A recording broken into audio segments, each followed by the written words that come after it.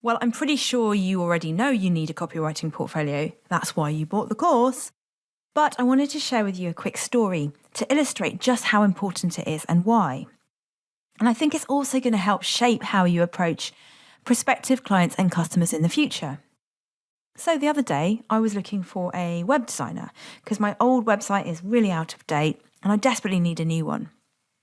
So I started asking for recommendations and I tweeted it out on Twitter, and very soon I had 12 people reply to me. And something happened that really surprised me.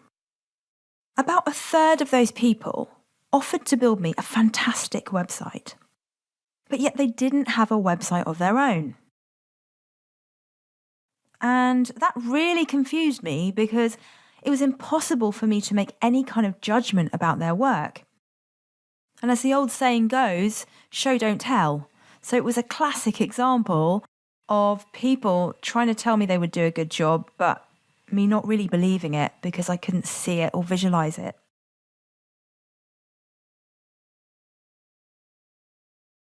But what was really interesting was that the ones that did send me a website, I didn't have to spend ages trawling through loads of pages or getting into an email conversation. I was able to quickly see if they were right for me. I could look at their own work, their homepage, and see if they had the right approach to user experience and design, whether they had the kind of aesthetic I was looking for. And I was able to make a very quick judgment call about their suitability for my work and narrow it down to a short list of 2 or 3. So they all had a fair chance. And of course, the ones that didn't have a website, I immediately deleted. Now, I know that sounds incredibly judgmental, but here's the thing. This is what you're going to be up against when you're contacting copywriting clients. You're contacting exceptionally busy people, running businesses, probably with a million things on their minds, endless distractions and deadlines. And they want to be able to quickly see your writing and your style and work out if you're right for them. And this is especially if they're looking at lots of applications for the same job.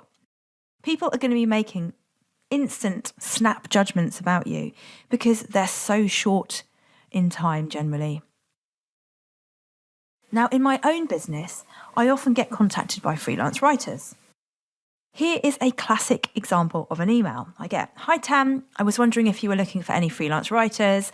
I was previously head of content at a content marketing agency, but left to become a freelance writer.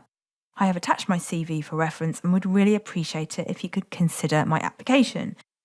Now, on paper, that looks fantastic, don't you think? But can you tell what's wrong with it? What do you think? Anything missing there? Yep, there's no examples of this person's writing.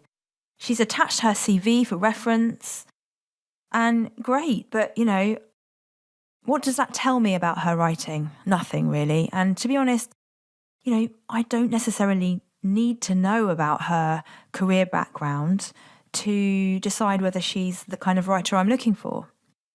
And yeah, she's a head of content, but I'm left with endless questions in my mind with that email. However, here is an example of a really good email that I had the other day and I really liked it.